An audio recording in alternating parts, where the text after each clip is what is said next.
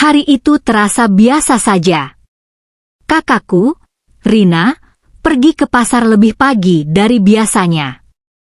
Ia bilang akan belanja bahan untuk masakan favorit suaminya, rendang. Aku hanya mengangguk, setengah tertidur di sofa. Tak pernah terlintas dalam pikiranku bahwa pagi itu akan berubah menjadi malam yang tak bisa aku lupakan seumur hidupku. Namaku Lela, 24 tahun, masih tinggal bersama kakakku dan suaminya sejak lulus kuliah. Aku belum bekerja, jadi kebanyakan hari-hariku kuhabiskan di rumah, membantu sedikit-sedikit. Suami kakakku, Reza, lelaki yang selalu terlihat pendiam dan dingin.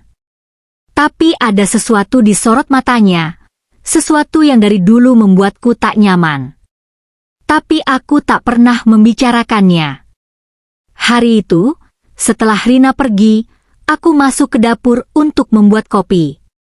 Reza sudah duduk di meja makan, membaca koran. Pagi, katanya singkat.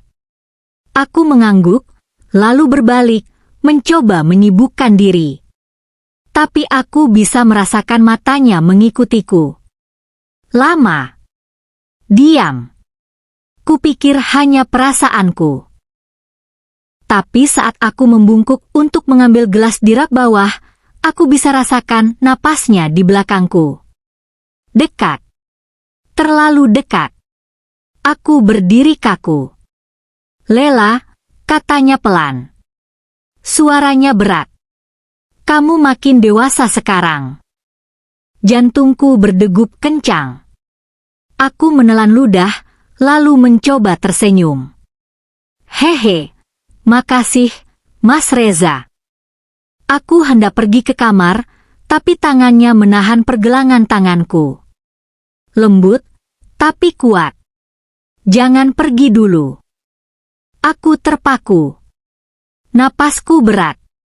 Tanganku gemetar. Mas Reza, jangan. Kak Rina. Dia nggak akan pulang cepat. Suaranya seperti bisikan di telingaku. Aku bisa saja berteriak. Tapi aku tidak. Entah kenapa, aku tidak. Ada sesuatu dalam sorot matanya, dalam caranya memandangku, yang membuatku beku. Aku tahu ini salah. Tapi tubuhku tidak melangkah. Ia mendekat.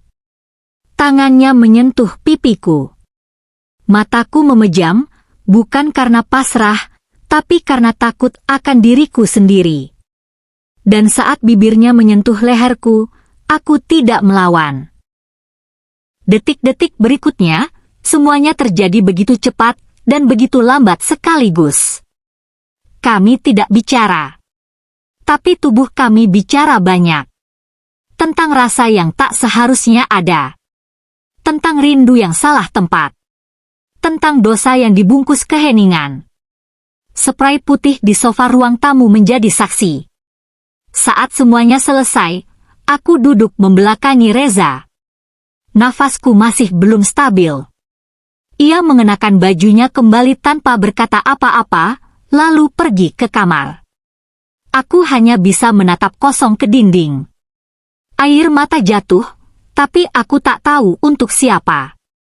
Beberapa menit kemudian, pintu depan berbunyi. Kakakku pulang dari pasar. Aku segera berlari ke kamar, menutup pintu, dan mengunci diri. Jantungku masih berdetak tak beraturan. Tubuhku masih bergetar. Aku ingin bilang semua ke kakakku. Tapi aku diam. Dan sejak hari itu, tak ada satu kata pun dibicarakan tentang pagi itu. Tapi setiap kali aku melihat Reza, aku tahu dia ingat. Dan yang lebih menyakitkan, aku juga ingat. Bayangan dosa itu tidak pernah pergi.